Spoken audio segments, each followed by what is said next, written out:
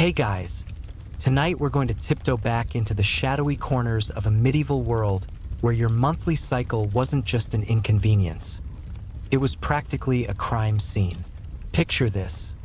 The rooster's crow hasn't even finished echoing across the thatch rooftops when you wake up, and something feels wet. You shift under your coarse wool blanket, lift the edge of your linen shift, and see it. Blood. And not the good kind from a victory in battle. This is body betrayal. And you probably won't survive this with your dignity intact. So, before you get comfortable, take a moment to like the video and subscribe, but only if you genuinely enjoy what I do here. And hey, drop your location and local time in the comments. I always love seeing where you're all listening from. Now, dim the lights, maybe turn on a fan for that soft background hum. And let's ease into tonight's journey together. You're 13, maybe 14. You don't have a mirror and no one gave you a pamphlet. Your mother might have muttered something vague once between stirring pottage and chasing a goose with a broom. But when it happens, your first period, it's like being possessed, except slower and messier. There's no internet to reassure you, no heated pads, and certainly no privacy in the single-room hut you share with 5 siblings, 2 goats, and a smoke hole in the ceiling. What do? First, you panic. Then, you press your knees together and shuffle awkwardly to find your mother or the nearest older woman. If you're lucky, she gives you a long look, sighs heavily, and hands you a strip of old cloth. Not fresh, mind you, just cleanish. She might say nothing, or she might cross herself, mutter a few Latin prayers she barely understands, and hand you a boiled rag wrapped in string that there's no celebration, no chocolate, no welcome to womanhood speech, just the reality that you are now considered capable of marriage, childbirth, and about 100 new expectations. But more than that, you're now a source of confusion and superstition to everyone around you, including yourself. Let's be honest. Your period is officially a liability. In some places, people think menstrual blood can sour milk. In others, they believe it kills bees. And then there's that charming idea that your mere presence during menstruation can cause a man's sword to rust. So, congratulations. Of course, historians still argue whether these beliefs were truly widespread or just floated in dusty theological texts written by celibate monks. But you don't get the luxury of academic debate. You get whispers, sideways glances, and older women silently slipping you folded linen like contraband. Even if you understand what's happening, that doesn't make it easier. You're now locked into a schedule as old as time itself. 28 days of suspense, followed by a week of discomfort, then back to work like nothing happened. And don't forget, every time it happens, you still have to knead dough, milk goats, tend gardens, and occasionally drag firewood through a foot of mud. All while bleeding. Here's the kicker. Some medieval thinkers believed menstruation was a way to purge women's excess humors, to keep you balanced, like a health detox, but involuntary and monthly. If it didn't show up, doctors might bleed you anyway, with leeches or knives. Ironic, right? You bleed naturally, but if you don't, they help. How generous. And yet, in the margins of these stories, both the literal ones in medieval manuscripts and the metaphorical ones in daily life, you sometimes find quiet resilience. Maybe it's the girl in the next village who teaches you to fold wool scraps just so. Or the old widow who remembers when she bled and tells you, with a wink, "Ain't the end of the world, girl, just the beginning of putting up with nonsense." You start to keep track. Maybe you scratch lines into the wood frame of your bed, or tie knots in a cord, or whisper the moon's shape each night. Eventually, the fear fades. Not the discomfort, mind you, but the terror lessens. It becomes routine. Something private in a world that gives you very little space to be private.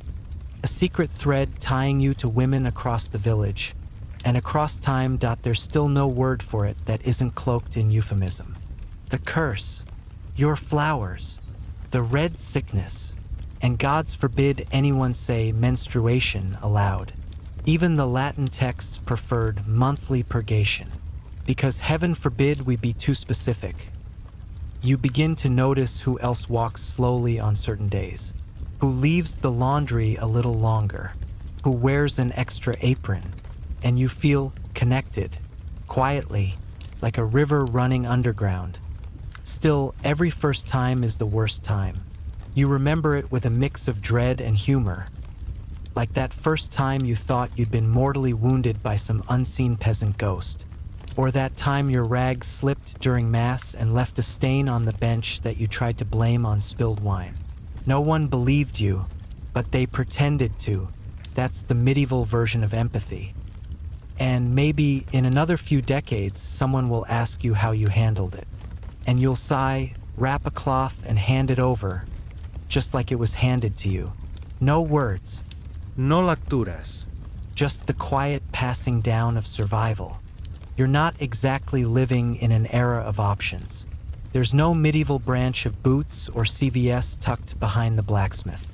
So when your period arrives, early, late, or tragically on time, you reach for whatever you can find. And that's usually wool, or rags, or the hem of a discarded tunic torn into strips during laundry day. Congratulations, you've just made your first period pad with your bare hands. These makeshift cloths are called clouts by some. That's if anyone dares speak of them out loud. Most don't. You simply nod when an older girl drops a stained bundle into your apron and says, "Keep these dry. They're thick, scratchy, and smell faintly of boiled lye soap." But in a world where the average woman owns 2 undergarments, if that, luxury isn't on the menu. Some clever women stitch a pocket into the inside of their shift to hold the cloth in place. Others use drawstring underpants, which sound more fun than they are. Imagine a baggy diaper held on by a string that you tie and untie each time nature calls. Then picture yourself trying to do that with frozen fingers in a drafty outhouse behind the barn. Still, it beats free bleeding into your only dress. Wool, surprisingly, is a favorite among some. Absorbent, warm, and easy to reshape. Not exactly hypoallergenic, but in a land where rash and curse are used interchangeably, you learn to cope.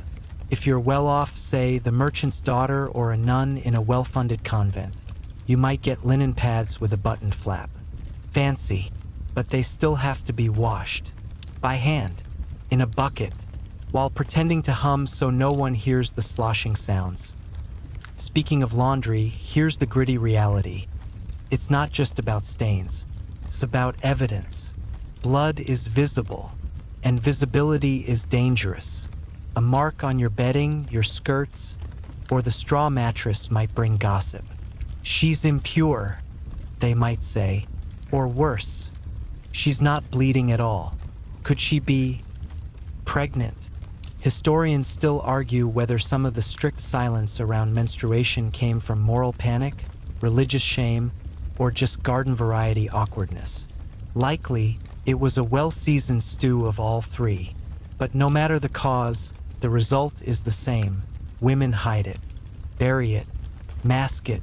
The bloody cloths are scrubbed in streams out of sight or burned in the hearth to avoid the sniffing noses of nosy relatives. You learn tricks. Fold it twice. Tuck it in just so. Use moss in emergencies. Yes, moss. Dried and pressed, it's nature's pantoliner. Herbalists even recommend specific kinds. Soft moss from the north side of trees, less likely to irritate. Again, not ideal, but compared to nothing, it's a mossy miracle point one woman down the road swears by rabbit fur. Another uses soft flax tow, the leftover fluff from spinning. A traveling tinker once tried to sell a metal hoop for the feminine flow, but it jingled when she walked and gave her a rash. That invention didn't catch on. And then there's the scent. Let's not pretend the medieval world was an olfactory paradise to begin with, but menstrual blood adds its own earthy bouquet. In response, some women wear sachets of rosemary, lavender, or marjoram tied to their bodices. Others burn herbs in their hearth to clean the air, especially if a man is visiting. Heaven forbid he get a whiff and think the devil's work is afoot. Sometimes, though, things go wrong. A cloth isn't cleaned properly. A tear leads to infection. There are no antibiotics. You feel feverish, dizzy, and a sore begins to swell where nothing should swell. Maybe the village healer comes. Maybe she brings wine steeped with wormwood and whispers prayers under her breath. Maybe you recover. Or maybe she shrugs and says, "It's the blood curse." And that's that. And yet, in all this, you manage. Month after month. You fold your rags. You rinse them. You dry them in the rafters or behind the smokehouse where no one looks. You walk carefully, stand stiffly, and always check the bench before you rise. Some convents try to offer alternatives. There are rumors of sea sponges used like a primitive tampon, soaked in vinegar or herbs, but they're expensive, rare, and mostly reserved for noble women or the ultra-curious. Most women never see one, and honestly, most probably wouldn't try it even if they did. Still, the ingenuity is impressive. You start to appreciate how every woman you know has her own system. One layers 3 rags for the first day, 2 for the second. One soaks hers in vinegar before reuse, claiming it cleans the womb. Another uses old socks stuffed with hay.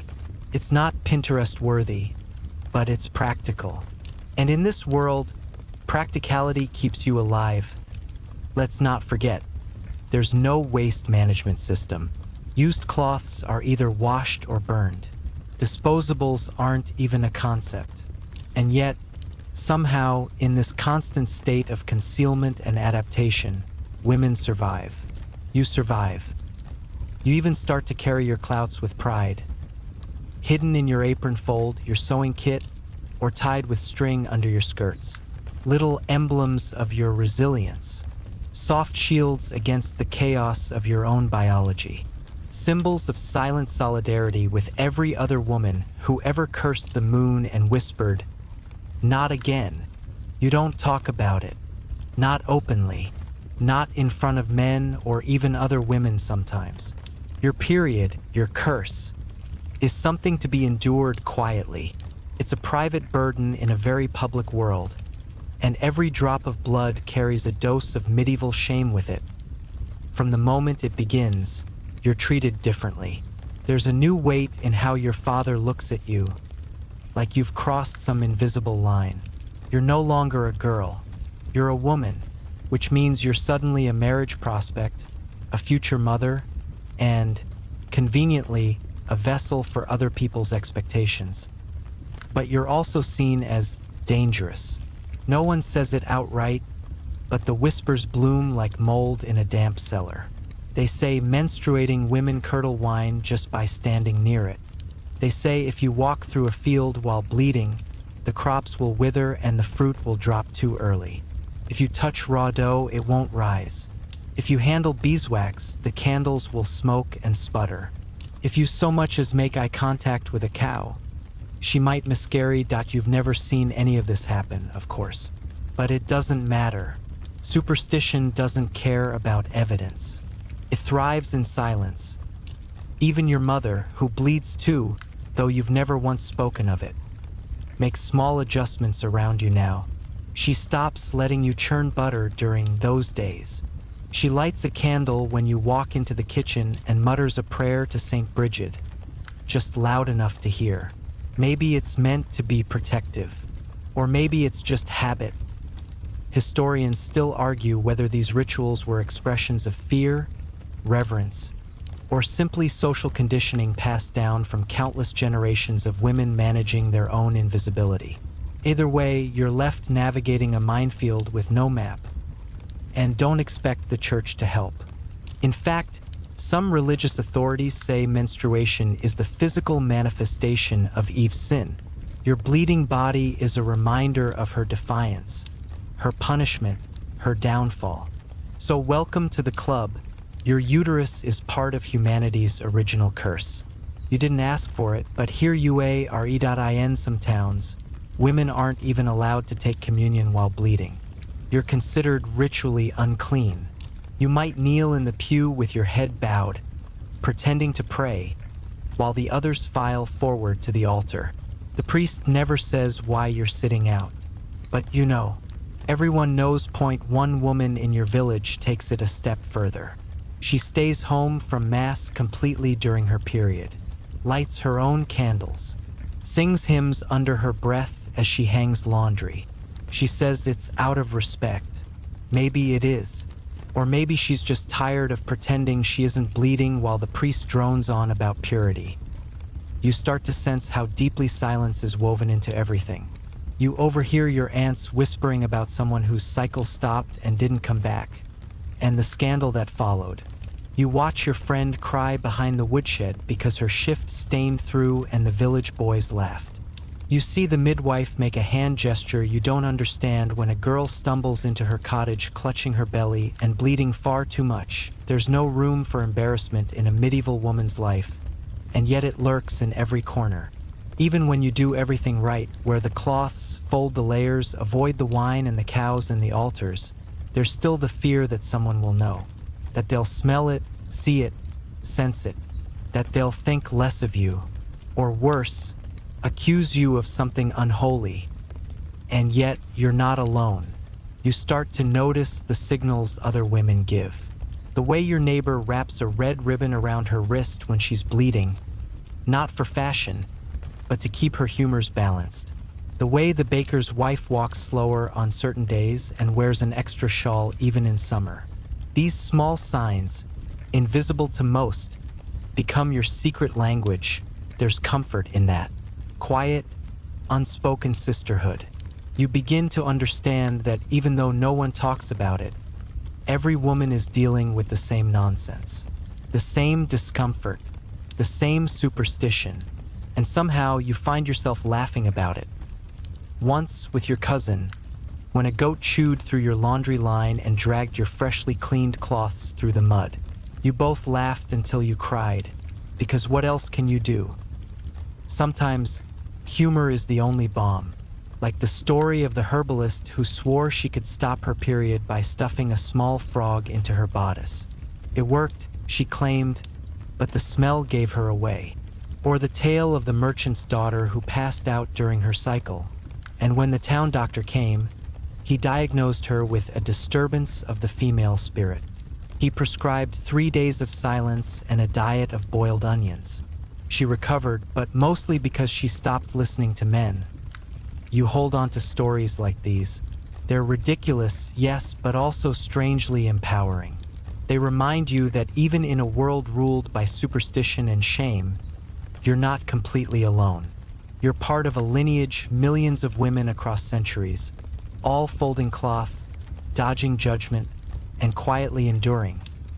Maybe one day you'll even pass your own knowledge down to a daughter, a niece, a terrified girl who wakes up one morning and thinks she's dying. And maybe then you'll smile, press a clean clout into her hand, and say, "You're not dying, sweetheart. You're just medieval now." It sneaks up on you in the middle of a market day, an ache low in your belly, a sour twist in your mood, and the unmistakable sensation that something warm is happening where nothing warm should be. You mutter a curse, excuse yourself from the stall with the bruised apples, and duck behind a crooked shed. Welcome to medieval period logistics. Again, pain is just part of the experience. No one really talks about it, but they all feel it. The cramping, the aching thighs, the back pain. One woman describes it as a dull knife slowly stirring the insides. Another calls it a punishment of Eve. But whether you compare it to knives or curses, the result is the same. You're in pain, and you still have chores to do. There's no ibuprofen, no heating pads, no comforting bag of chocolate. Your best chance is an herbal remedy, and that depends entirely on who you know. If your village has a midwife or herbalist, she's your best bet. She might brew you a tea from mugwort, known in old texts as the mother of herbs. is supposed to stimulate the womb and ease cramps. Whether it works or just tastes like boiled weeds is anyone's guess. But when you're doubled over in a field trying to dig potatoes, you'll try anything. Another common remedy is pennyroyal, though even in your time, people whisper that it's dangerous in high doses. Too much and it can stop a pregnancy or a heartbeat. Still, some women swear by it, sipping it cautiously, hoping it eases the pain without inviting a visit from death. Historians still argue whether these remedies were based on true medicinal properties or just trial and error wrapped in folklore. Likely both. And honestly, when your body feels like it's hosting a bar fight between invisible gremlins, you don't care whether it's science or superstition, as long as it helps. Some days, the pain gets so bad you can't stand upright. You lie on your straw mattress, curled into a knot, staring at the smoke-stained beams above your head. Someone might toss you a chunk of stale bread and tell you to stop being lazy. Another might gently press a warm stone against your belly, the closest thing you have to a heating pad. That moment of quiet relief almost makes you weep. And then there are the days when you have to keep going, pain or no pain. You tie your rags extra tight and head out into the cold, trying not to wince as you chop wood or scrub the floor or carry water from the stream.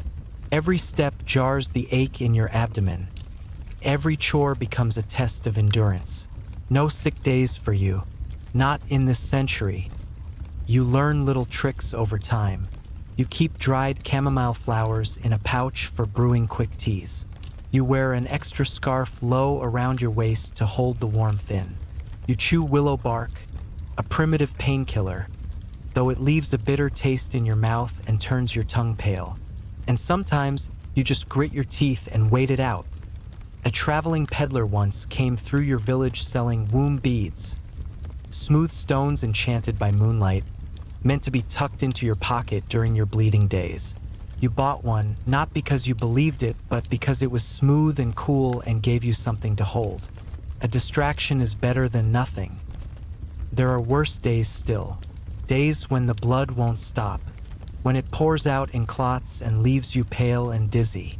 The midwife calls it a flood. No one really knows why it happens. Some say it's a punishment, others blame the moon. But when it happens, you're forced to lie still, drink thick broths, and pray. Pray you don't faint. Pray you don't die. Some women don't make it through those days. And when they go, people say things like, her womb was cursed or her blood took her. It's both chilling and matter of fact, the way they speak of it. Like menstruation is a predator that sometimes just decides you're next. But you survive. You adapt. You learn to anticipate the pain, prepare for it. When the full moon comes, you start watching your body closely. Does your chest ache? Are you more irritable? Did you cry over nothing yesterday? These are your signs. Medieval PMS is real, and your family usually clears the room when it hits. You start using menstrual pain as a calendar. I bled after the barley harvest, you note, and again before the frost. It's the only clock your body understands. Time for you is measured in cycles, in cramps, in cloth. You're not alone, though it often feels that way. In the early morning, you might catch your neighbor's daughter limping slightly as she feeds the chickens. You share a brief, knowing glance, no words needed. Later, you both sit on a bench by the fire, pretending not to wince, sipping broth that tastes faintly of onion and burnt wood. Pain becomes routine. Something to be managed, not cured. You joke about it quietly when the men aren't around. My womb's trying to escape again, you might say. Or, if Eve hadn't touched that apple, I'd be sleeping right now. It's gallows humor, sure, but it gets you through. And oddly enough, there's a strange sense of strength in it. You handle your bleeding and your pain, day in and day out, with no fanfare, no applause. You move through the world with a cloth tucked between your legs and a sharp pain behind your ribs, and no one notices. But you know what it takes to get through the week. You know the quiet kind of bravery that lives in your bones. It's not glorious. It's not clean, but it's yours, and it's what keeps you going. Sometimes, when you're crouched behind a stack of firewood changing your cloth, again, you can't help but wonder, what did women do before you? Did your great-grandmother use the same methods? Did she ever try something different, something desperate? And what about the women who came before her, before villages and stone churches and scribes who only wrote about kings and plagues? It turns out, managing menstruation in the Middle Ages was a patchwork of inherited wisdom, local custom, and sheer ingenuity. Your main defense? Cloth. Long, rectangular, folded cloth. You've stitched yours from old linen, the softer the better. It's thick enough to absorb, thin enough to wash. And wash you must, often by hand in cold water behind the house away from prying eyes. You scrub them like they're shameful secrets. You call them rags or clouts. The church calls them unclean, but that's nothing new. Most women you know use some variation of these. Folded, pinned, tucked into homemade undergarments if you're lucky enough to own them. Sometimes you layer two if the flow is heavy. Sometimes you fold it tighter and press it snugly into your shift's binding, so it stays in place while you carry a yoke of water across a muddy path. It's not comfortable. You're never entirely dry, and there's always that nagging fear that something has shifted, has leaked, has betrayed you. So you check. You sit gently. You move cautiously. You learn how to walk with just the right pressure to keep the cloth in place.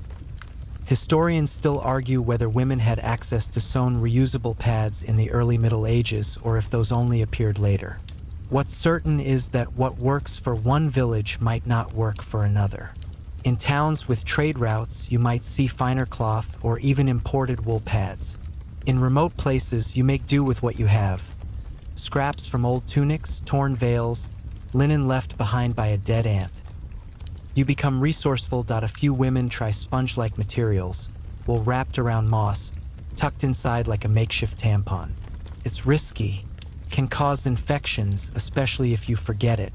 But for a few, it's worth it. One girl whispers that she learned the trick from a woman who'd traveled with crusaders. She said Saracen women do it, she explains. Whether it's true or not, no one knows. But the image sticks with you. A battlefield, a bleeding woman, and moss from a riverbank as her only solution. There's also a strange little trick your neighbor swears by. Binding sage leaves into a kind of soft pad, worn against the skin to soothe and absorb. It smells herbal and earthy and turns your underthings green, but it works in a pinch. And then there are those who can't afford even scraps of cloth. The truly poor, the ones who beg outside the baker's shop, often use straw. Yes, straw. Stuffed into the lining of a shift, changed whenever possible. Chafes, it itches, and it leaves behind tiny cuts, but it's better than nothing. Barely. You've seen more creative solutions too. Bundles of soft sheep's wool tied with thread, rabbit fur stitched into small pads, even dried leaves layered between cloths. One old woman swears that lining your shift with nettle leaves keeps away bad blood. You don't ask whether she means the literal kind or the kind between enemies. A traveling nun once taught your aunt how to boil cloth in vinegar before reusing it, supposedly to purify it. It stings like fire the first time you try it, but it feels like it's working, and sometimes that's enough. Of course, none of this is easy when you're constantly moving. Walking to market, hauling buckets, squatting to weed the garden. Your cloths shift. They bunch up. They sometimes fall out completely, a horror every woman dreads. You hear stories about that happening to the blacksmith's wife once, right in front of the friar. She stopped coming to church after that, moved to another village, never spoke a word about it. Your solution is a tightly wrapped sash, twice around the waist, one loop between the legs. A crude, medieval version of underpants. It's not elegant, but it holds everything in place. Most days. And when the bleeding ends, there's laundry to do. You wait until dusk, when the men are in the tavern or asleep. You carry the cloths to the stream in a covered basket, glance around, and start scrubbing. The stains don't always come out. That's fine. You don't wear them for show. You wash because you need them again in 4 weeks. Like clockwork, like a curse. The cloths don't smell like roses. They smell like iron and old water and soap if you're lucky. You dry them behind the oven, hidden among other laundry. If anyone asks, you say they're cleaning rags. You say it casually, hoping they believe you. You keep them in a pouch under your bed. Wrapped, hidden, always ready. You know their texture by heart. You've repaired the stitching on your favorite ones. You're almost proud of them, though you'd never admit it. They're signs of survival. They're proof that you make it through, month after month, despite the mess, the silence, the pain. Some days you dream of something better, a soft pad that never leaks, a clean piece of cloth each time, a world where this isn't a secret, where you don't have to hide blood-streaked linen like it's contraband. But then you wake up, and it's market day again. So you fold your cloths, tuck them in place, and keep going. Because in the end, your clouts are more than just cloth. They are your shield, your armor, your compromise with a world that refuses to talk about what half its population quietly endures. There's a pattern to the silence. Not just the silence between women, who whisper and nod instead of explaining, but the broader hush that cloaks the entire subject of menstruation in your world. No sermons mention it. No scrolls detail it. Men might mutter about women's troubles, but only if they absolutely must, and even then with the same tone they'd use for spoiled food or mold on the bread. You're not surprised. In your time, blood is sacred only when it's spilled in war or drawn in punishment. Menstrual blood? That's treated like a stain on the fabric of holy society. Literally, in fact, if a drop of it touches a church bench, the priest might order it scrubbed with ashes and salt.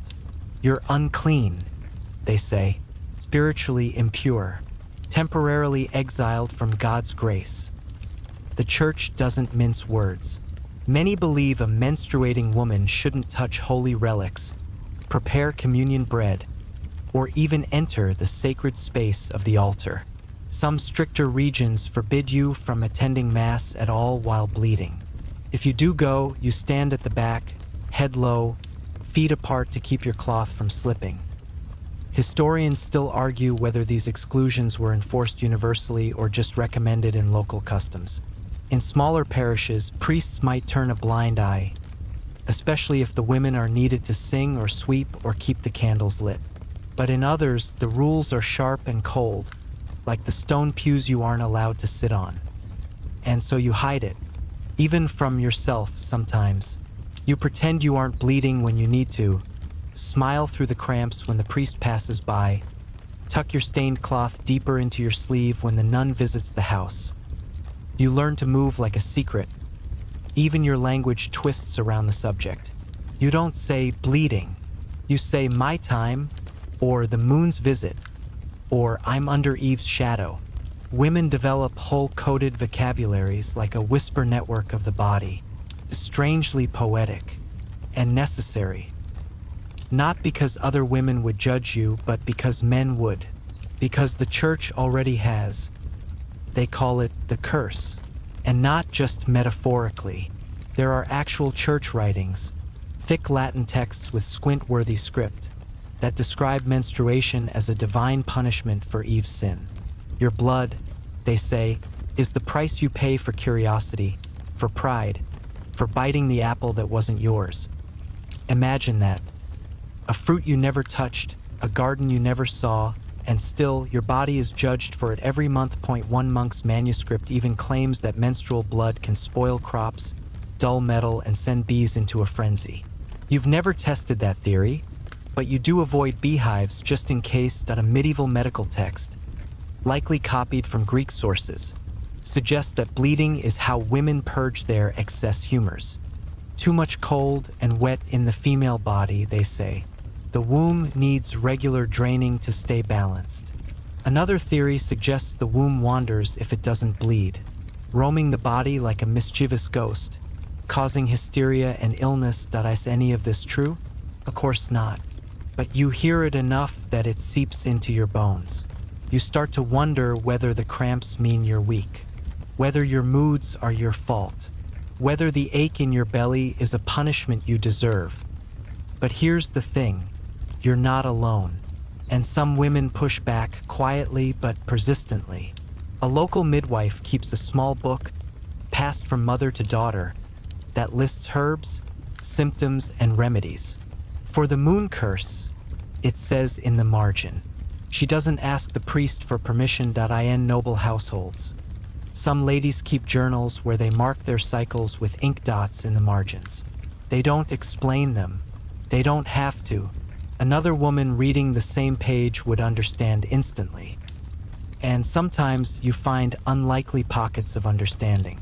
A widowed herbalist who lets you borrow her warm stone bed on heavy days. A sympathetic housekeeper who turns a blind eye when you stay in bed past sunrise. An old crone who tells you the cramps are just your body, burning out the lies men tell. You hold on to those moments. You begin to realize that silence doesn't always mean shame. Sometimes it's a kind of defiance. You talk about it only with those who've earned your trust. You exchange cloth-making techniques with your sisters, or compare cramp remedies with your cousin, or whisper your heaviest days to your mother so she knows when to fetch extra herbs. Even in the convent, the silence is complicated. The nuns don't speak of it directly, but they allow time for extra rest. The laundry schedule is adjusted quietly. If you're caught changing cloths behind the abbey, no one scolds you. They just nod and move on. And there are rare cases where the church bends the rules. A woman who bleeds for months, an unnatural flow, might be declared holy or cursed, depending on the local bishop's mood. One mystic in the north claimed to bleed so purely, her cloths cured the sick. Another was burned for sorcery. Again, historians can't agree. Was she a visionary or a fraud? Did she bleed from faith or from fibroids? You'll never know. But you think of her sometimes, especially on the heaviest days. You wonder whether she bled alone, whether she, too, sat by a fire, wrapping another cloth, wondering if her body made her sacred or damned. Either way, the silence continues. Not because you want it to, but because it's safer, because centuries of doctrine have weighed down your womb like a stone. But inside that silence, there's a hidden strength. You know your body better than any monk with a quill. You live through what they write about in fear. You carry cloth and pain and resilience in equal measure. And when the bleeding stops, and you walk into the church with your head high again, no one knows what you've just endured. But you do. You always know when it's coming. There's a kind of quiet pressure in your hips, a tightening, a sensation like something ancient and heavy is stirring inside you. Maybe it's the way your skin feels stretched, or how every sound feels just a little too loud, or how your thoughts seem to throb in your skull like drums at a feast. This is the part no one wants to talk about. The pain. Not the blood, not the cloths, not the silence, but the actual twisting, breath-stealing pain. It starts low in your belly and pulses like it has its own heartbeat. You double over sometimes, pretending to pick something up. You press your hands into your side as if you've pulled a muscle. You excuse yourself from spinning wool because there's no way you'll manage to sit still long enough. And of course, there are no painkillers. Not really, so what do? You reach for what women have always reached for. Plants, heat, prayer, and persistence. You brew teas, strong, bitter, and earthy. Pennyroyal is common, but dangerous in large amounts. Rue is popular, though it's also feared. Mugwort is a favorite of some midwives. It tastes like leaf mud and burns the back of your throat, but it dulls the ache if you drink enough. Historians still argue whether these herbs were really effective or simply psychological. Maybe the act of doing something, measuring, boiling, sipping, gives you a sense of control. Or maybe the plants do help, but at a cost you don't fully understand. One woman took too much pennyroyal and bled for 3 days. She survived, barely. Never touched herbs again. There's also heat. Not the luxury of hot water bottles, but the warmth of a baked stone wrapped in linen and pressed to your stomach. You carry it like a baby under your tunic, balancing it as you walk. Soothes a little, until it cools, and then it's just a dead weight. If you're lucky, your family allows you to rest. If you're not, if you're expected to haul firewood, scrub floors, tend animals, then you grit your teeth and push through. Because it's just your time, they say. Women endure. One fringe belief claims menstrual pain is punishment for not having children yet, as if your womb is screaming from emptiness. A midwife once muttered that into her sleeve when you complained. Another old wife's tale says the cramps are caused by blocked love. You don't know what that means exactly, but it makes you laugh just enough to forget the pain for a second. In wealthier homes, noble women recline in cushioned rooms, surrounded by sweet-smelling herbs. They place warm cloths over their bellies and summon apothecaries. But even they, with all their silks and perfumes, still suffer. One Lady Eleanor reportedly locked herself in her chambers for 3 days a month and threw dishes at anyone who interrupted her. You almost admire her style. But for most of you, it's just grit and routine. You learn little tricks. How to wrap your shift so it presses tight against your abdomen. How to lean over a bench just enough to stretch the cramping muscle. How to chew licorice root because it calms the fire inside. And you're not alone. You talk to other women, quietly, while gathering berries or combing fleece. You swap herbal recipes. You trade tricks. You whisper about whose pain is worse, who faints, who bleeds the most. One girl claims she can feel it coming by how the wind smells. You pretend to scoff, but later that evening, you notice the breeze does have a certain sharpness to it. And still, there are those days where nothing works. You curl up on straw, holding your knees to your chest, eyes wet, praying it'll pass. You count heartbeats. You promise yourself a hot oatcake when it's over. You whisper to the ceiling, just a little easier next time. There's a ritual in this, even if it's born of necessity. You begin to mark time by your body, not just the moon or market days. You track your cycles with beads or cuts in a stick, or scratches on the inner doorframe. You know your rhythm better than the priest knows his calendar. Because you have to. Because your life depends on anticipating the pain. And sometimes, just sometimes, you get a month that's easy. No cramping. Just a slow, painless start. You dance in the kitchen. You carry water without wincing.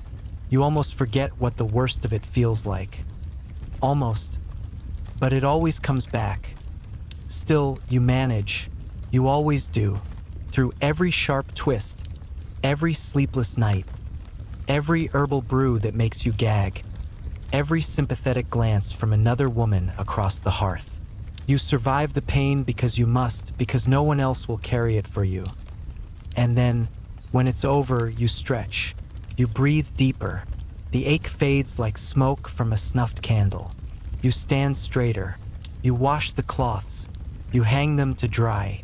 You run your fingers along your belly and say, quietly, you did it again, because medieval women aren't weak. They are silent champions of pain. You might think the worst is over once the bleeding stops, but oh no, this is where the real work begins. Because everything used has to be washed, and not just rinsed and wrung and hung. You're dealing with blood-soaked cloths that have sat under your garments for hours or days, depending on your access to clean water or privacy. And now, in the days after your body stops, you become a laundress in your own little war against stain and smell. The first stop is usually the basin, a wooden tub with cold water, unless you've got the luxury of heating it over a fire, which you rarely do. Fuel is precious, and no one wants to waste a whole bundle of sticks just to soak some unclean rags. So you lean over, sleeves rolled, cloth pinched between 2 fingers, and begin to scrub. Ash soap helps, sometimes lye. If you've got access to herbs, you might mash up lavender, rosemary, or thyme into the wash. Not for their cleaning power, though you pretend that's the reason, but to cover the odor. You don't want anyone asking questions or sniffing too close. Some women boil their cloths after the wash. This is mostly for those in wealthier or better equipped households, where pots and privacy are more accessible. Boiling helps lift the stubborn stains and kill what might be festering in the fibers. It also shortens the cloth's lifespans.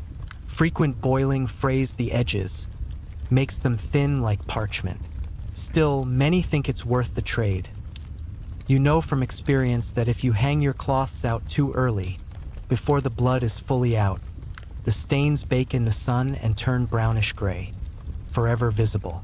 So you learn patience and layers of rinsing, cold, then scrub, then cold again.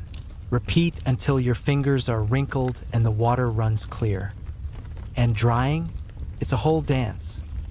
You don't just drape your cloths over the line next to your family's shirts and linens. That would be scandalous. Or worse, 'cause for a lecture. The boys use that line too, someone would say. You'll bring shame on the household.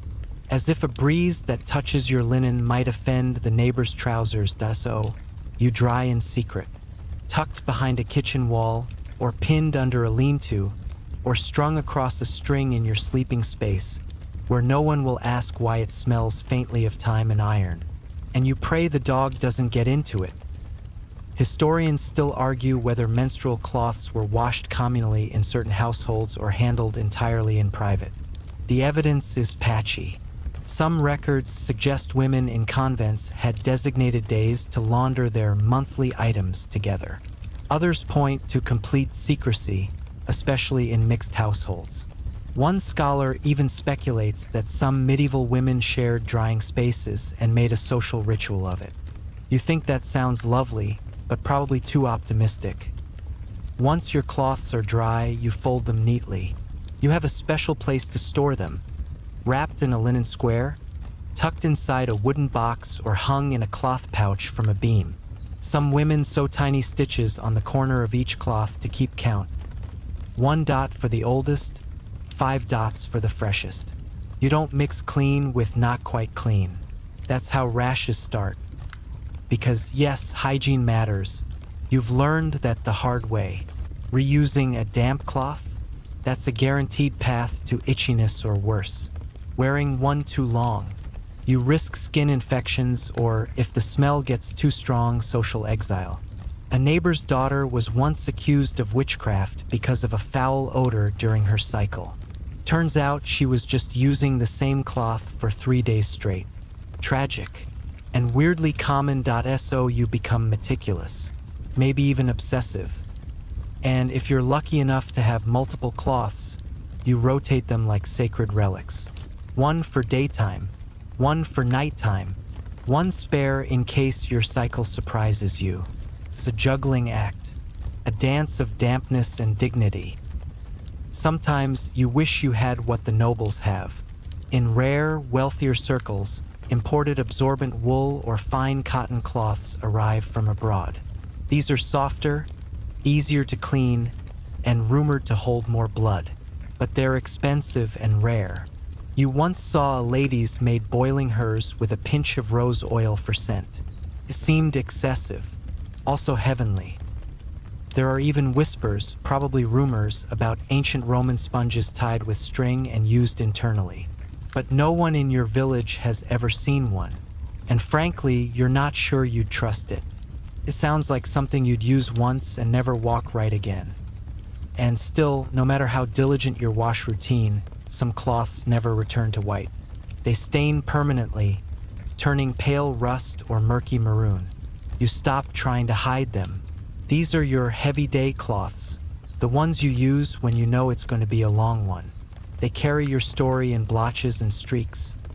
And sometimes, though you'd never say it aloud, you feel proud of them, like battle flags. These cloths are more than fabric. They're proof of your pain, of your routine, of how you, and women like you, Keep your dignity intact while half the world pretends nothing's happening. Men talk of valor and battle, but you fight too, quietly, daily, with boiling pots, ash soap, and hands that scrub as hard as any soldier swings a sword. And when your cloths are clean, dry, and folded again, you exhale until next time. You think you've got the rhythm now, tracking, managing, washing, surviving. But there's a wrinkle no one prepares you for: the unpredictability. Cycles come early, they come late, they skip a month. They show up with vengeance when you least expect it, like in the middle of a feast day or when you've just put on your only unstained tunic. So you adapt. You become a planner, a quiet strategist. Some women carry a folded cloth in their apron pocket at all times. Others wear a thicker shift during suspicious weeks, just in case. You've even heard of a girl who sewed an extra lining into her undergarments, calling it her armor. Smart but warm in summer. Still, even the best laid plans fail. And when they do, you're left with what medieval women dreaded most. The stain.it happens quickly. A small slip, a shift of cloth, a heavy day that overwhelms your preparation, and suddenly, there it is. Dark, blooming, unmistakable if you're lucky. You notice before anyone else does. You tie a shawl around your waist or sit down and refuse to get up. You fake an injury. You spill water on yourself to create a decoy patch, whatever it takes. Because if someone sees it, especially a man, you don't just face embarrassment. You face judgment. Menstrual blood, to many in your world, is not just gross, it's dangerous. Some believe it sours milk, withers crops, and even bends swords. That's not metaphorical. There are actual texts, ones monks copied carefully, warning that a menstruating woman can dull a blade by touching it. Sounds dramatic, but people believe it. You do your best not to laugh. Or touch swords, so you become cautious. You sit carefully. You don't lean on white walls. You position yourself near doors, always planning your exit. It's exhausting, honestly, but necessary. Historians still argue whether this fear of menstrual blood was rooted more in religious belief or folk superstition. Either way, the result is the same. Women live with a quiet, constant pressure to conceal. And concealment shapes everything, from clothing to posture to speech. Take clothing, for example. You favor darker fabrics when you can find them. Browns, deep blues, even green if the dye's good. White is a luxury and a liability. Some older women wear thick wool skirts even in summer, muttering that better heat than shame. Others double layer their shifts or wear aprons backward, like shields. That there's also posture. You sit with knees slightly apart to avoid pinching the cloth. You don't bend too low. You avoid the rush of movement that might unsettle everything. It's like walking with a teacup balanced between your thighs. Always cautious, always aware. And speech? You don't talk about it. Not really. You have 100 phrases for it.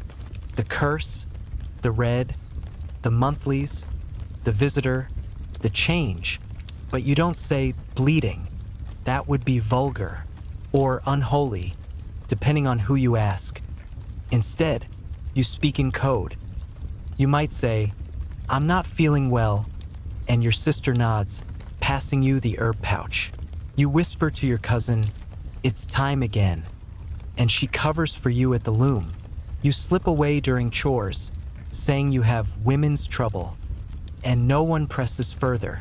It's a system of small mercies, one you all understand.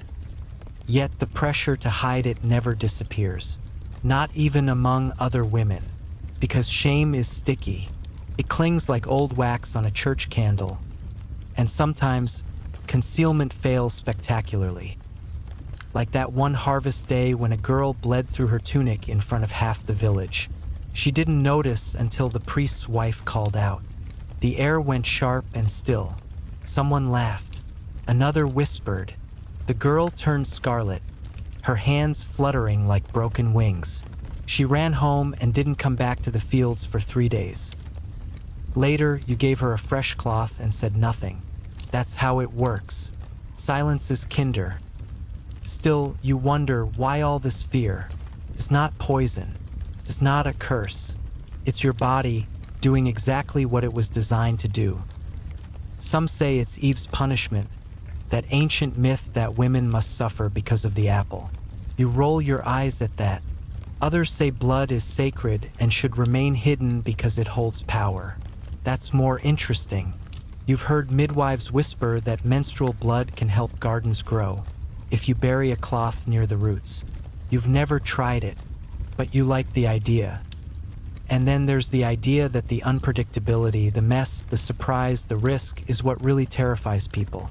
That women live with this rolling tide inside them and manage to keep going anyway. That kind of resilience is unsettling to some. It should be E.so. You wear your cloths. You carry your spares. You walk your careful dance. And sometimes you think, what if you didn't hide it? What if you just let it show? But you tuck that thought away, maybe for another world. Because for now, here in your world of rough wool and basin baths, the stain is something to fear. And you navigate that fear like a practiced sailor, scanning for danger, adjusting your sails, and pressing forward through the red tide. You wake one morning to a familiar ache low in your belly, the kind that starts like a whisper and grows into something more insistent, dull and steady, like a stone pressed deep into your gut. You stretch, shift in your straw-filled mattress, and sigh. Here we go again. Pain is a given. Every woman you know experiences it differently. Some with cramping, others with headaches, a few lucky ones with hardly anything at all. You are not among the lucky ones. For you, it's a storm. Pulsing waves of discomfort that steal your breath, your patience, and occasionally your ability to stand up straight. And in the Middle Ages, pain relief? Let's just say the options are creative. You've tried the usuals. Warm cloths across your stomach, if you can find the time and space. A bit of fennel or chamomile steeped in water, when you can get herbs and not just kitchen scraps. One old woman in the village swears by lying face down on a stone warmed by the sun. You tried it once. It worked a little, though someone mistook you for a corpse. Not ideal. The most common remedy is to just get on with it. Life doesn't stop for your uterus. You're expected to carry water, turn the soil, spin the wool, knead the bread, even as your insides feel like they're reenacting a crusade. Still, some women find ways to cope. There's a drink made from pennyroyal and wine meant to calm the spasms. Of course, drink too much and you risk a miscarriage if you're unknowingly pregnant. Pennyroyal is potent stuff. You measure carefully. There's also mugwort. Smells like sage, feels like magic. Women bundle it and hang it above their sleeping spots, believing it drives away cramps and bad dreams. You're not sure if it works, but the smell is comforting, and sometimes that's enough. Historians still debate whether medieval women genuinely believed in the mystical properties of these herbs or whether it was just folk knowledge passed down for lack of alternatives. Either way, it gave women something to do, some sense of control. You cling to that. Then there's the more unusual advice. One manuscript suggests placing a cooked onion between your thighs to draw down the humors. Another advises sitting on a pile of hot bricks, wrapped in cloth, thankfully, to expel bad vapors. You tried that one, too. Mostly, it made you sweaty and annoyed. You once heard a priest say that pain during menstruation was a sign of divine punishment. A chance for the female spirit to purge sin, he declared from the pulpit. You remember glaring at him over your veil, thinking unholy thoughts. Meanwhile, his sister was in the back pew trying not to faint from cramps. Divine punishment, indeed. What helps the most, though no one talks about it, is rest. Just lying still, not moving, letting the ache rise and fall without resistance. But rest is a luxury. and you're expected to be tireless. So you work through it, quietly, stoically. You clench your jaw and push the spinning wheel. You fetch water even as your belly knots up like a winch. Some women retreat. They go quiet for a few days, wrapping themselves in shawls and keeping to the corners. Others get snappish, short with words, quicker with chores. Everyone has their style. Yours is endurance. And then, of course, there's the bleeding itself. Pain isn't just internal. There are chafed thighs, cloth that rubs in the wrong places, the soreness that comes from wearing something damp for too long. The ache isn't just cramping, it's friction, it's fatigue. It's the exhaustion of vigilance. Always checking, always adjusting, always wondering if you've leaked. You whisper your complaints to friends. Not loudly, not often, but just enough to know you're not alone. And they whisper back.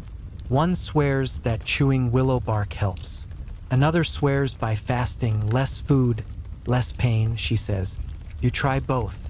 Results vary. One night, in a moment of frustration, you ask your grandmother if it ever gets easier. She just laughs, low and dry, and says, "You stop noticing. That's not the same as it getting better." Still, she offers a balm, a salve of beeswax, elderflower, and olive oil. Rub it on your belly, she says. It won't cure you, but it'll comfort you. You accept it like a gift from a priest. It smells earthy and warm. It makes you feel cared for. That's rare. And somewhere in this messy, painful cycle, you start noticing patterns. The moon, for instance. You're not the only one who starts bleeding on the full moon. It becomes a game. Spotting who's walking slower, who's wearing darker clothes, who's avoiding the men. The sisterhood of the lunar curse. You and the other women start marking the calendar. Not that paper thing the priest keeps, but your own version. A notch on the wood beam in your room. A stone moved from one windowsill to another. Quiet signals, because tracking helps. It gives you warning. It lets you prepare. Some midwives talk of uterine tides. A mystical idea that women's bodies are in sync with the sea, rising and falling like waves. You love that thought. It makes you feel ancient, connected to something larger than your chores and your cramps. So you press on. You boil the herbs. You tuck the cloths. You bite down when the pain grips you in the middle of milking. And sometimes at night, you curl around a warm stone or the soft belly of the cat and whisper to yourself that you're stronger than this. Because you are. You endure quietly while the world carries on, clueless. There are moments when, even with all your cloths, your careful tracking, your whispered herb recipes, you feel like you're made of fire and fog, dissolving and burning all at once. These are the days when your blood feels endless, and your body, no matter how familiar, becomes something foreign, something unpredictable. This is when fatigue creeps in. You wake already tired, limbs heavy, thoughts slow. And not the tired that goes away after sleep. No, this is marrow deep. Your muscles ache even when still. Your head feels full of wet wool. And as you kneel to sweep the hearth or wash out your linen again, it feels like someone has drained the energy straight from your bones. Medieval people don't talk much about fatigue. You're expected to work. Always. Rest is for nobles and saints. And so you don't say, "I'm exhausted." You just say, "I didn't sleep," or "I have a headache," or "The weather's heavy today." All half-truths, all easier than admitting your body feels like it's losing steam by the hour. You remember a midwife once saying, "Bleeding is like spinning wool. It takes from the inside." That makes sense to you. It's not just the blood. It's the weight of managing it, of hiding it, of surviving it month after month after month. And when your diet is mostly rye, turnips, and thin broth, you don't exactly have energy to spare. Iron isn't a concept yet, not in the way we know it now. But your body knows when it's lacking something. You crave meat. You dream about liver. You once bit your tongue just to taste something rich. There are no supplements, no red meat unless there's a feast, no lentils unless you trade for them. So you chew on nettles, yes, nettles, dried, steeped, or boiled. Old wives swear they're strengthening. Maybe they are. At the very least, they're green.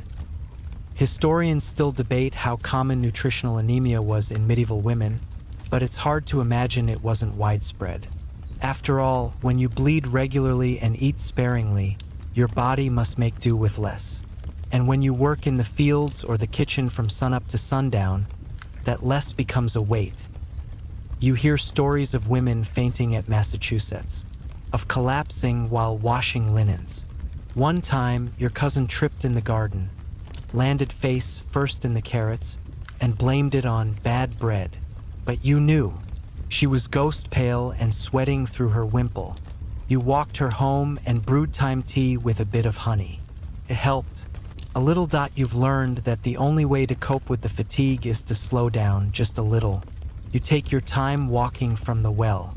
You sit when you chop herbs instead of standing. You lean on the windowsill for just a breath longer than necessary. These are quiet rebellions. No one notices. Or if they do, they say nothing. There's a kind of art to conserving energy. You know which chores to trade with others, which tasks can wait a few hours. Sometimes you pretend to be sweeping, but you're really just letting your arms rest. Sometimes you lose a chore to a younger sister, claiming you forgot. These small acts of defiance aren't laziness, they're survival. And it's not just physical fatigue, it's emotional too. There are days when you're irritable beyond reason. When someone chewing too loudly makes you want to scream. When your sister humming while spinning thread feels like an attack. When the idea of answering even one more question, "Have you mended the cloak yet?" feels like the final straw. You don't know the word PMS, but you know its shape. You live it, and you hate how it makes you feel. Like a pot constantly near boiling, always one spark away from spilling over. So you retreat when you can. You take extra long feeding the hens. You sweep the same corner twice. You even go weed the garden alone, just to be away from people. The quiet helps. The rhythm of pulling weeds, the sound of wind through cabbage leaves. It lets the edge dull. Your mother once told you, you don't have to smile every day, but you do have to show up. It sounded harsh at the time, but now, as you trudge through your chores with sandbag limbs, it feels strangely comforting, because showing up, being present, is sometimes the biggest victory of all. There's one thing that helps more than anything, though, and it's not a herb. It's not sleep. It's not even food. It's talking. Not to the priest, not to the men, but to the other women, to the ones who get it, who don't need a long explanation, who nod before you finish your sentence, who pass you a warm cloth or a chunk of honeycomb without asking. You sit together by the fire, mending or spinning, and you talk about nothing. About the weather, about the miller's bad haircut, about how the chickens seem extra judgmental this week. But underneath the jokes is understanding. And that, more than anything, lifts the weight point. One of the younger girls once asked you, shyly, "Do you ever feel like your body isn't yours?" You paused before answering, and then you said, "Yes, all the time, but it's still mine, even when it hurts." She nodded and went back to sewing. That was enough. So the next time the fatigue comes, you do the same things. You slow down. You listen to your body, even if no one else does. You sit a little longer, work a little softer, and remind yourself that even in this medieval world of iron pots and cold stone floors, you still get to be human. Even when you're tired. Especially then. There are whispers, always whispers, about when the blood doesn't come. It's a different kind of silence. One that hangs heavy over meals and seeps into glances between women. When your cycle stops, everything changes, not just in your body, but in your standing, in your role, In how people look at you. It could mean many things, really. Sometimes it's joy. The first missed bleed can bring smiles, hidden at first, cautious. A pregnancy, maybe. A child, if the gods are willing and the midwife is lucky. Other times, it's fear. Missed blood could mean illness, could mean a womb gone cold, or worse, demonic interference, at least according to that one dramatic monk. And sometimes it means you've reached the end of it all. Menopause, though no one calls it that. Not yet. They call it the drying, or the change, or more ominously, the stillness. Comes slowly like winter. At first, your bleeding becomes irregular, long gaps, strange timing. Then it fades altogether. You mark it in your own quiet way with a notch on the doorframe. Then, nothing. There's relief, sure. No more cloths, no more cramps, no more surprises mid-milking or during Massachusetts. But there's also confusion. You feel different, though you can't say exactly how. Lighter, perhaps, or untethered. Some women feel grief, others power. Many feel both. The older women in your village speak little of it. But when they do, their words are carefully chosen. One says it's a gift from the Virgin, freedom at last. Another mutters that her heat still comes in waves, like angry ghosts. You're not sure what that means until it happens to you. A sudden flush, cheeks burning, sweat trickling down your back despite the cold. Your body's furnace stoking itself at random. You fan your face with your apron. Try not to make a scene. The younger girls think you've seen a ghost. You just shake your head and mutter, age. Historians still argue whether medieval people recognized menopause as a natural phase or a sign of imbalance. Some records suggest they believed the retained blood turned toxic, fermenting inside the body. That's why some women were bled, even after their periods stopped, just to release the humors. Comforting. Then there's the suspicion. In some places, a woman who stops bleeding is watched more closely.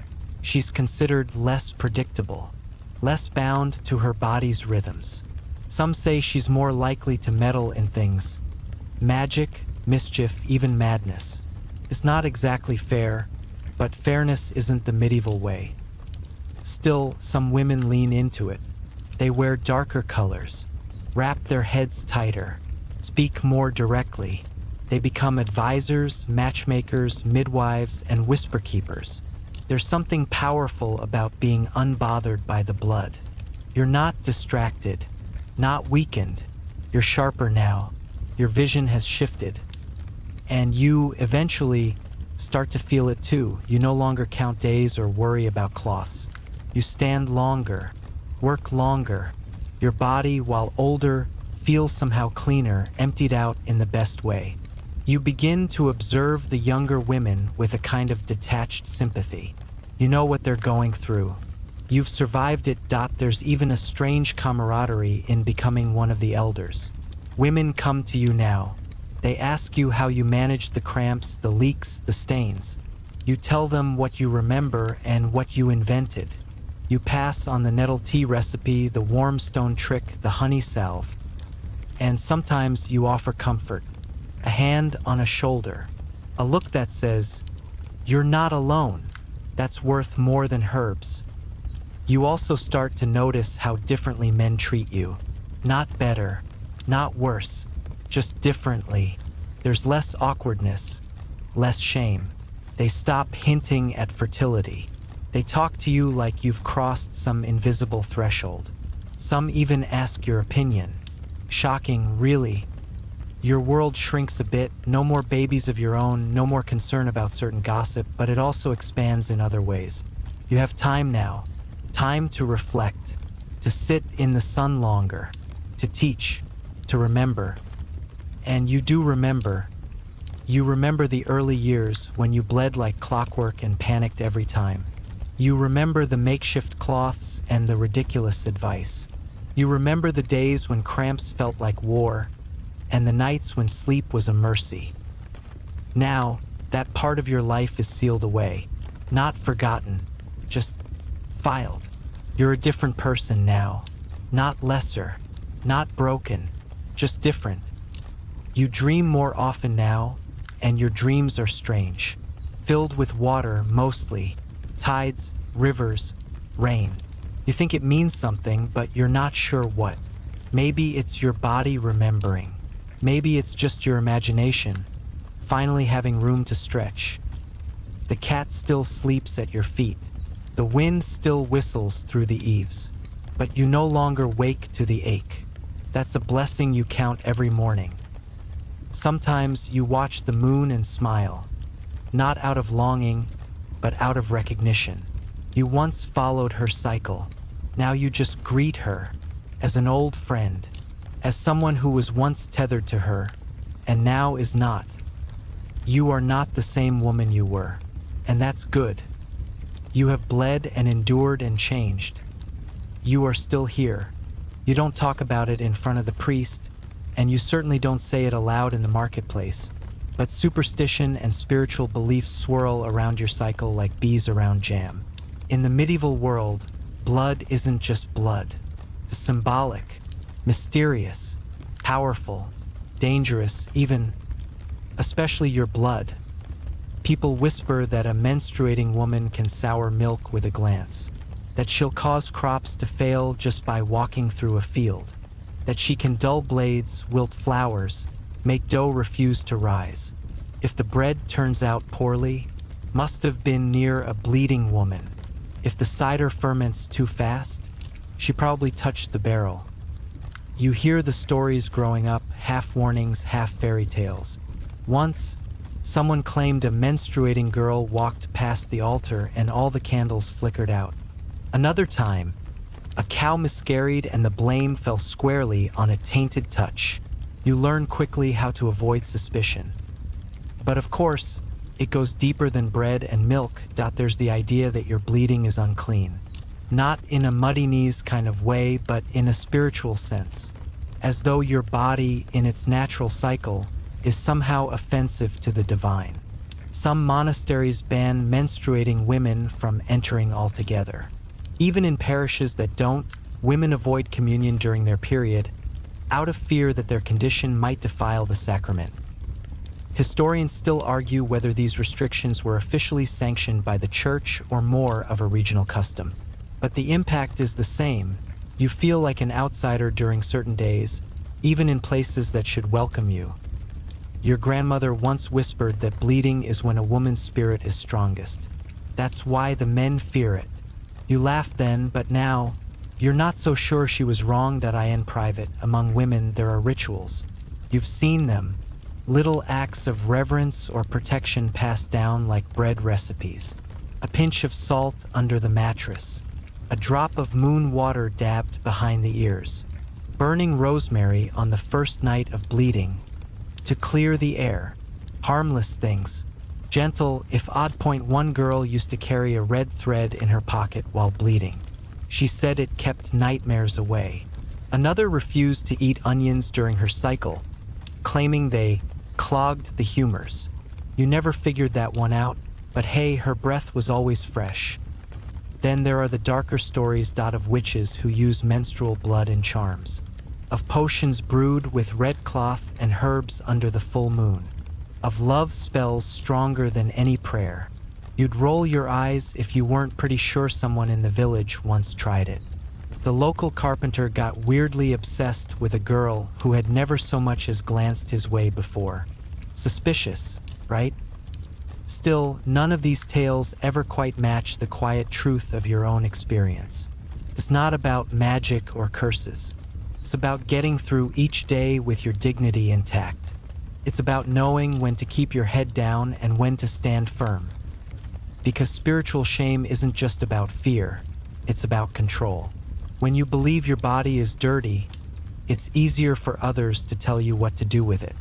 And sometimes you wonder, if they say you're impure when you bleed, what do they think you are when you don't? You keep your rituals small, manageable, personal. A prayer whispered under your breath, not to be forgiven, but to remind yourself that your body is not broken.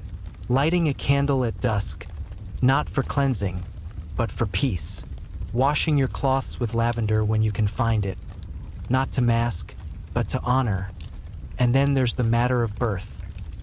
Even though they hush their voices, everyone knows the link between bleeding and childbearing. That's why people track your cycles without asking. Counting days in their heads, guessing if you'll be ripe.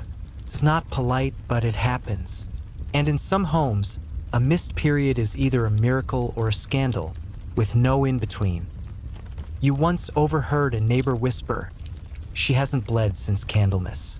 The woman in question wasn't even married. That rumor stuck like burrs on wool. It didn't matter what the truth was. Her body had told its own story, and the village filled in the rest. You know better than to let your cycle show on your face. You smile through cramps. You nod when people joke about your moods.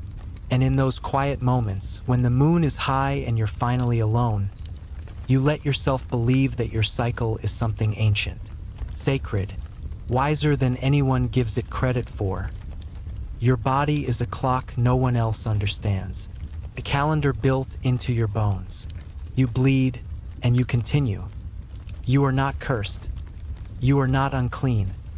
You are a rhythm in a world full of noise. And deep down, under the herbs and hushes, you feel a connection not just to your mother and her mother, but to all the women before. The ones who bled in castles and cottages and convents. The ones who made their own peace with the strange tides inside them. You've done the same. And maybe, just maybe, that's its own kind of quiet miracle. You can almost feel it in your knees now, the change in the season. Damp hay, cooler evenings, the breeze curling around your ankles when you stand too long on the stone floor. It's not just the weather that shifts with time. You've learned that your body follows its own weather, too. Some years, your cycle is like clockwork. Other times, it's like an unpredictable guest. Knocking early, arriving late, or overstaying its welcome. No two women have the same story, and even your own story keeps rewriting itself. One woman in the next village, they say, went 6 months without bleeding, then flooded like a broken barrel. Another, she said hers came every full moon without fail, so regular the local herbwife used her to chart the stars. You're not sure if that's true, but it does sound poetic. Your own experience is somewhere between the mundane and the mildly ridiculous. One time, it began while you were deep in the woods gathering mushrooms. You stuffed your apron with moss, cursed under your breath, and trudged home with a trail of crushed twigs and ruined plans. Another time, it didn't come at all, and you were convinced you were pregnant, only to find it was just late. Spectacularly, insultingly late. The truth is, you never really know what's going on inside you. Not entirely. You feel the signs. Twinges in your belly, a heaviness, a sudden craving for salted fish at the worst possible moment. Sometimes it starts without warning. Other times, you swear it announces itself with dreams or strange headaches. Modern, you would call it hormones. Medieval, you just shrugs and says, "The moon's got me again." Historians still argue whether medieval women experienced more irregular cycles due to malnutrition, hard labor, and constant stress. It's a fair debate. Diet, climate, and lifestyle affect your body in ways you barely understand. 1 month you're eating half-rotted turnips and working 12 hours a day. The next, you find a chicken egg and think it's Christmas. And let's not forget, for most of your reproductive years, you're either pregnant, recovering from childbirth, or breastfeeding. Each of those stretches can delay your cycle for months or even years, so the bleeding days feel fewer than you'd expect. But they still take up a disproportionate space in your life, especially when they go rogue. Midnight accidents, stained tunics, cramps that feel like someone's wringing your insides with a winch. There's no predicting how severe or how mild it'll be each time. 1 month is manageable, the next is apocalyptic. You try to prepare. You keep your cloths close. You know the spots in the house where you can crouch unnoticed if the pain gets too sharp. You practice your "I'm fine" face. It's not that anyone's judging you, they're all going through it too. But it's easier to suffer quietly than explain, for the 100th time, why you can't carry the grain sack today. Some days you wish you could talk about it more openly. Just say, "Hey, my womb feels like it's trying to leave my body," and have someone nod without flinching. But most people just purse their lips or look away. Unless it's another woman, then you get the look. The knowing one, the one that says, "Same sister." So you cope. You learn the subtle signs of irregularity and make your own little rules. If your back aches the day before a new moon, prepare the hot stones. If your dreams turn violent, double the cloths. If you suddenly crave honey on everything, well, maybe light a candle just in case. Even your cycle's timing can feel symbolic. Bleeding during Easter, you joke that your womb is commemorating sacrifice. Bleeding during a wedding, the irony is not lost on you. Sometimes you feel like your uterus has a sense of humor, albeit a cruel one. There's no doctor to consult. Not really. The midwife shrugs and offers a new tea blend. A traveling physician might suggest leeches. A priest might recommend prayer. You've tried all three. None quite work, but you appreciate the effort. What does help is rhythm. Not just of the body, but of the mind. Knowing it will come. Knowing it will pass. Knowing you've survived it before and you will again. It doesn't make the pain go away, but it puts it in its place. You keep a tally, not on paper, but in memory. That time you bled through your skirt in the middle of a feast. That time you had to explain to a teenage boy why the laundry water turned pink. That time the cramps came during planting season and you powered through anyway. Each memory is a mark of survival. Each irregular bleed, a story, and honestly, in a world where so much feels uncertain, where plagues come and go, where rulers rise and fall, where seasons cheat you and storms flatten your plans, your body's own unreliable rhythm feels almost comforting that it's yours. It belongs to no one else. And when the pattern breaks, whether early, late, or skipped entirely, you adapt. Because if there's one thing you've learned from a lifetime of cloths and cramps and stained sheets and whispered prayers, it's this: you are very, very good at adapting. You're older now. Not old, just older than you were when you first whispered to your friend about a stain on your shift, or sat doubled over behind the bakery trying to breathe through cramps. You've lived through enough moon cycles to stop keeping count. The cloths are worn thinner. The herbs feel more like ritual than remedy. And your body has started changing again, subtly but unmistakably. Your cycle is less reliable. Sometimes it doesn't come for weeks. Then it returns with a vengeance, like it remembered you and is making up for lost time. The bleeding is heavier than it used to be, or lighter, or longer, or shorter. You stop trying to predict it. You just carry your cloths a little longer into each month and shrug when the backaches strike. Historians still argue whether medieval women experienced menopause the way we understand it today. Some think the average lifespan didn't give many women the chance. But others point out that women in their 50s, even 60s, absolutely existed: widows, nuns, matriarchs tending to grandchildren. And many of them, just like you, would have noticed the slow retreat of the tide. It's strange. At first, you feel relief. No more worrying about bleeding through your only decent underdress during Massachusetts. No more tracking days or hunting for clean moss. You thought you'd celebrate. But then, unexpectedly, you feel a pang, like something's gone missing. Because as annoying as it was, your cycle marked time. It was your inner drumbeat, your quiet calendar. It reminded you that your body was working, that life moved forward in rhythms no church bell could dictate. Now that rhythm is softer, fading, but not gone. You notice different things now. The way your joints ache before the weather turns. How your hair has more silver in it, like threads of starlight woven through mud. How girls you once taught now whisper their own cycle stories to younger cousins. They ask you for advice. You smile, remembering how it felt to fumble through it alone. You tell them what helped: warm compresses, root tea, though it tastes terrible. Not panicking when things go weird. You tell them it's okay to feel gross or angry or like you want to crawl into a haystack and never come out. You tell them it will pass. It always passes. You don't mention that you kind of miss it.in the quiet moments. You look back and marvel.